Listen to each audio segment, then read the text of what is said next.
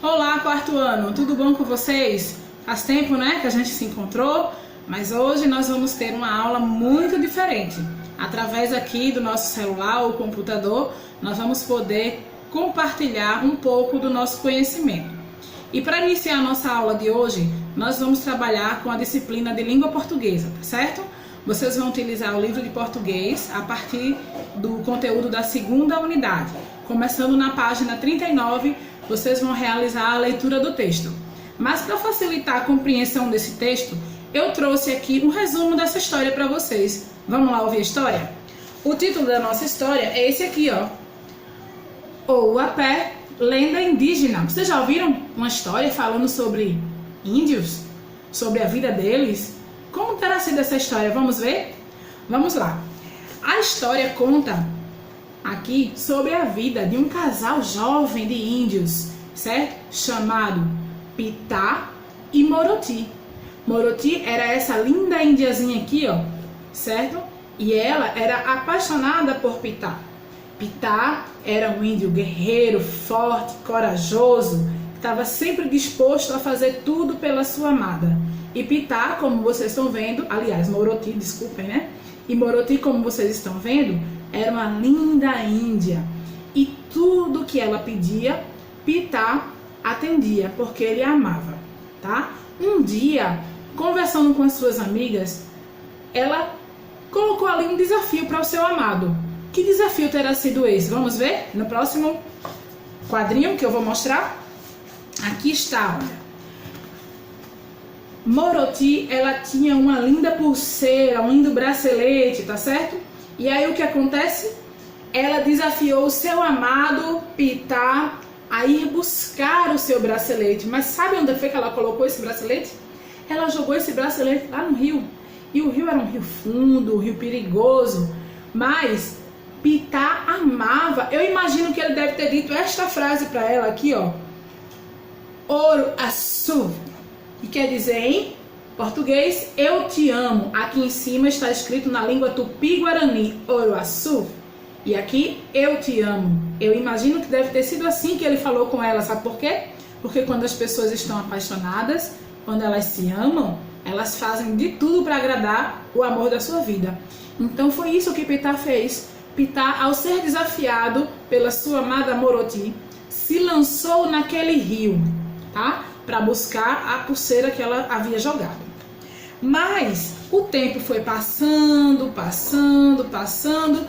e Pitá não voltou. Então os outros índios da tribo, as outras pessoas da tribo começaram a ficar muito preocupadas e começaram a observar ali o rio e nada daquele homem voltar, nada desse guerreiro voltar. E todo mundo estava ali muito preocupado, certo? Pitá não voltava. E agora? Moroti já estava assim, ó, começando a ficar sozinha, triste. E então chegou ali um líder da tribo, não é? E começou a conversar com Moroti. E falou para ela o seguinte: Moroti, sabe o que eu acho que aconteceu? A grande feiticeira aprisionou seu amado Pitá. E ele enfeitiçou ela, aliás, ela enfeitiçou ele de uma maneira tão poderosa que ele acabou se apaixonando por ela. E só há um jeito de vencer essa maldição. Então, Moroti começou a prestar atenção na fala daquele homem e ele lhe disse: o único jeito, Moroti, é você mergulhar nas águas do rio para salvar o seu amado Pitá. Então, Moroti não pensou duas vezes. Ela imaginou assim: realmente eu me deixei levar pelo orgulho, pela vaidade, e eu não deveria ter feito esse desafio. Se ele está passando por tudo isso, é culpa minha. Eu vou voltar ali naquele rio, eu vou me lançar e vou salvá-lo.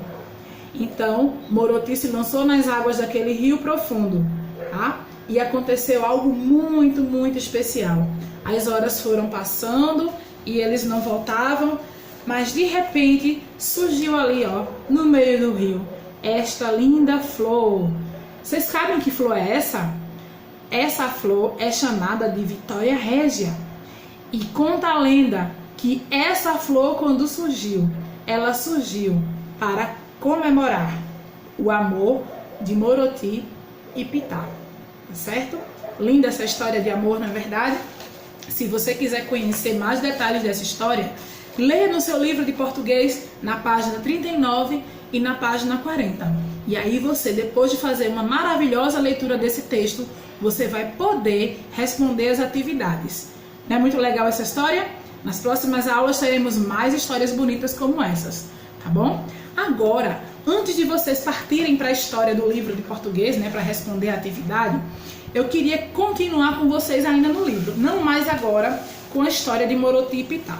Lembrando, a história de Moroti e Pitá você vai ler na página 39, tá? E 40 e vai responder a atividade da página 40 até a página 42. Essa atividade, ela é relacionada a essa história que a gente acabou de contar aqui, tá certo? E vocês vão poder ler todos os detalhes dessa história no livro didático de vocês. Agora eu vou falar de um outro assunto. Um assunto que parece difícil, porque ele tem um nome diferente. Vocês já ouviram falar em notações léxicas? Já ouviram falar? Notações léxicas é o mesmo que acentuação gráfica. Nós vamos falar hoje sobre os acentos que vão em cima das palavras, não só dos acentos, como também de outros sinais gráficos que muitas vezes são confundidos também com os acentos. Vamos lá? O primeiro acento que nós vamos falar é este aqui, ó, acento agudo, tá bom? Ele indica uma pronúncia de som aberto das palavras, das vogais nas palavras. Como exemplo, nós temos aqui, ó, chapéu, temos até um chapéu aqui ilustrando, certo? Temos café, temos a palavra Piauí, temos a palavra óbvio e temos também a palavra útil. Lembrando que a palavra Piauí é um substantivo próprio, por isso que ela está escrita aqui com letra maiúscula. Mas observaram que em todas essas palavras está presente o acento agudo. Repetindo, ele indica um som aberto quando a gente pronuncia uma vogal na palavra, certo? Próximo acento que nós vamos tratar aqui é o acento circunflexo, certo? O acento circunflexo, ele indica o quê? Ele indica a pronúncia de um som fechado das vogais A, E e O, tá certo?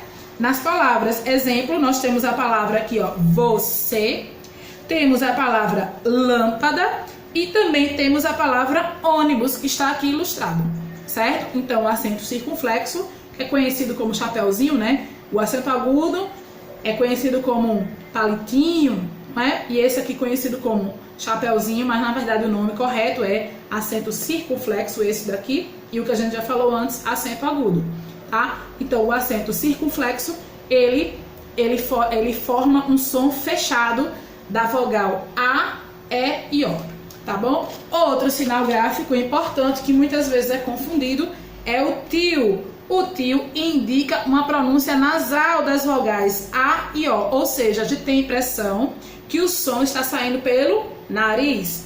Exemplo, anão, mamãe e balões. Aqui nós temos os balões para ilustrar, tá certo?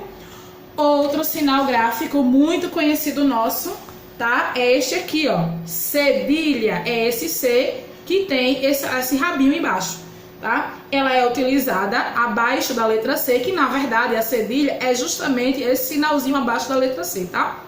É um sinal utilizado abaixo da letra C apenas quando vem antes das vogais o que?